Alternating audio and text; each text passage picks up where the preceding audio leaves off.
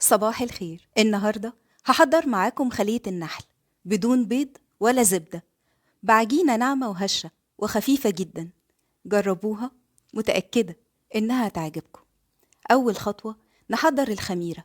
في ربع كوباية مية دافية نضيف 1 معلقة كبيرة سكر و1 معلقة كبيرة خميرة، ونقلبهم ونغطيها ونسيبها على جنب 3-4 دقايق علشان نتأكد إن الخميرة تفاعلت. وهنحتاج لتحضير العجينة 3 وربع كوباية دقيق يكون مخصص للمعجنات. نضيف عليهم 2 معلقة كبيرة سكر وربع كوباية حليب بودرة ونص معلقة صغيرة ملح و1 معلقة صغيرة خل وعبوة كريمة بودرة اللي هي الكريم شانتيه وربع كوباية زيت وكوباية مية دافية والخميرة بعد ما تكون تفاعلت، ونعجنها لمدة 5 دقايق في العجان لحد ما تتكون عندنا عجينة ناعمة. ولو هتعجنوها يدوي يبقى مش أقل من 10 دقايق.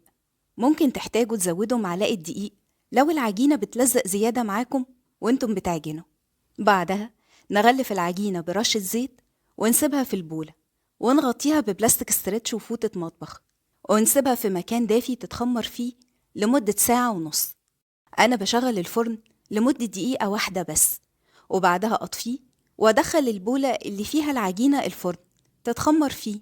بعد 1.5 ساعة هتكون عندكم عجينة قوامها يشبه المارشميلو كده، ناعمة وهشة جدا. لو هتحشوها فهنقطعها لكور حجم الواحدة 15 جرام، ولو بدون حشو يبقى من 18 ل 20 جرام. أنا بوزن كل كورة علشان يبقوا متساويين في الحجم وشكل الخلية في النهاية يطلع متناسق. غطوا العجينة وانتوا بتشتغلوا فيها علشان ما تنشفش. أنا هحشي أول خلية بجبنة مثلثات وزيتون، ممكن جبنة بيضة مثلا ونرش عليها نعناع أو سماق، أو ممكن جبنة موتزاريلا أو تشيدر، يعني أي نوع تفضلوه. نفرد كل كورة ونضيف الحشو ونقفل كويس ونضيفها للصينية. بنضيف الدايرة من الأطراف الأول لحد ما نوصل للنص، ونسيب مسافة بين كل كورة حوالي 1 سنتي. وغطوا الصينية كمان لحد ما تخلصوا رص كور العجين كلها. الصينية نبطنها بورقة زبدة علشان نخرج الخلية بسهولة بعد التسوية. لو مفيش ورق زبدة ادهنوا الصينية زيت أو زبدة. لما نخلص رص العجينة كلها في الصينية نغطيها ونسيبها تتخمر تاني لمدة ربع ساعة. في الوقت ده نشغل الفرن علشان يكون جاهز. بعد ربع ساعة هندهن الخلية قبل ما ندخلها الفرن. أنا هدهنها بخليط بديل للبيض، وده للي مش حابب يكون فيه بيض نهائي في العجينة. الخليط ده عبارة عن معلقة كبيرة مية نضيف عليها معلقة كبيرة حليب بودرة ونص معلقة صغيرة سكر، ويفضل السكر البودرة، ونقطتين فانيلا، ونقلبهم وندهن بيهم وش العجينة، ونرش على الوش سمسم حبة البركة، ودي إضافة اختيارية، وندخلها فرن سخن على درجة 200 الرف اللي في النص، ونشغل مروحة الفرن لمدة من 10 ل 15 دقيقة. وكل 5 دقايق لفوا الصينية وهي في الفرن علشان تاخد لون واحد.